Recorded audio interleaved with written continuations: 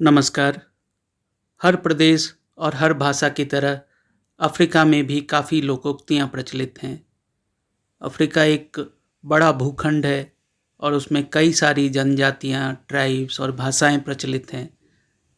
जाहिर है, फिर कई सारी लोकोक्तियाँ भी होंगी और उनमें से सिर्फ 10 चुनना एक मुश्किल काम था।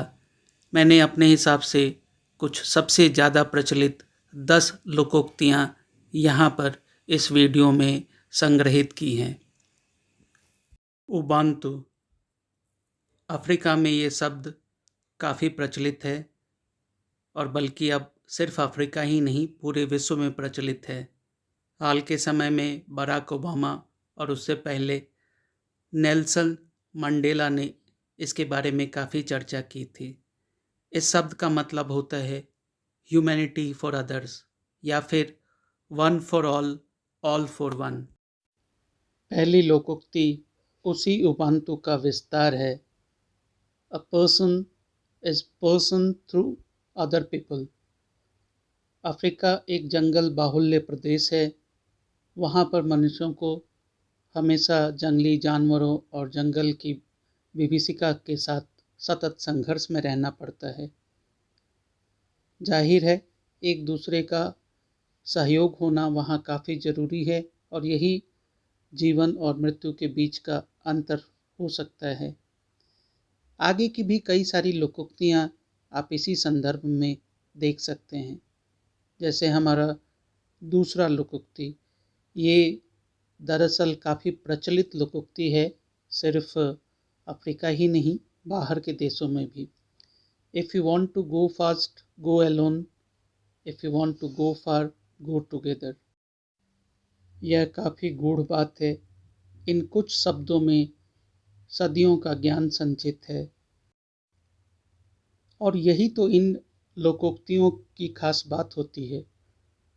कुछ शब्दों में इतनी बड़ी बातें, इतने सालों का ज्ञान बांटना सिर्फ इन लोकोक्तियों के जरिए ही संभव है और इसीलिए ये भी ज़रूरी है कि हम इन लोकोक्तियों का संग्रह रखें, उन्हें याद रखें और उनसे सीखते भी रहें।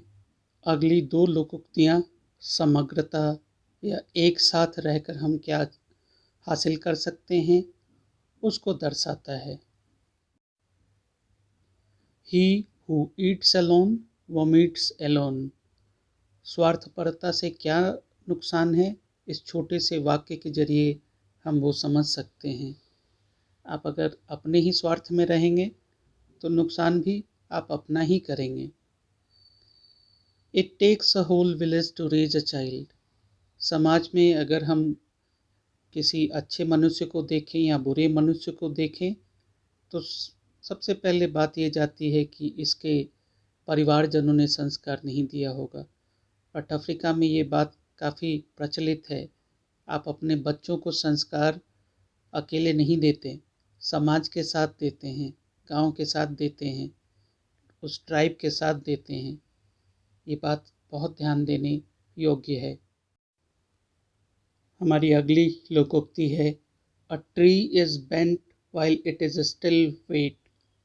साउथर्न बांतू लैंग्वेज की ये इस बात को दर्शाती है कि आप बच्चों को या किसी मनुष्य को सांचे में तभी डाल सकते हैं जब वो छोटी उम्र में है। आप तभी उसको संस्कार सिखा सकते हैं, समाज के नियम सिखा सकते हैं, उसे उस तरह के मनुष्य में चेंज कर सकते हैं जैसा समाज को बनाना होता है। तो बचपन में, छोटी अवस्था में बच्चों पे ध्यान देना बहुत ज़रूरी है। ये आज से हज़ारों साल या मे बी सैकड़ों साल पहले के अफ्रीकन लोगों ने कितने सूक्ष्म शब्दों में, कुछ शब्दों में हमें बताया है।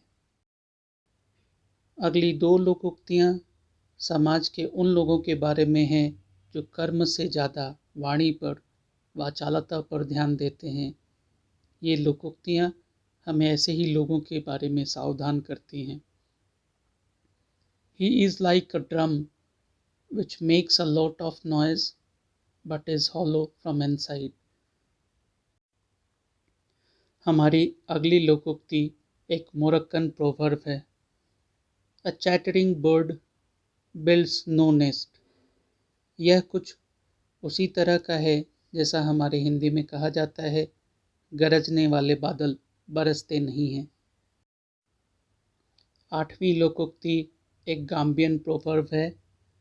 If your only tool is hammer you will see every problem as nail.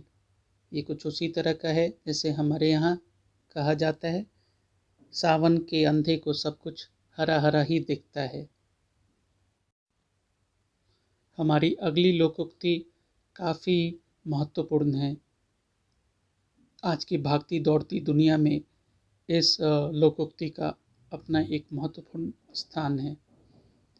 He who runs after good fortune runs away from peace. अगर आप भौतिक दुनिया के पीछे भागेंगे, पैसे, गाड़ी, बंगला, इनके पीछे अगर जा रहे हैं तो फिर आपको अपने जीवन में सुख शांति शायद छोड़नी पड़ेगी।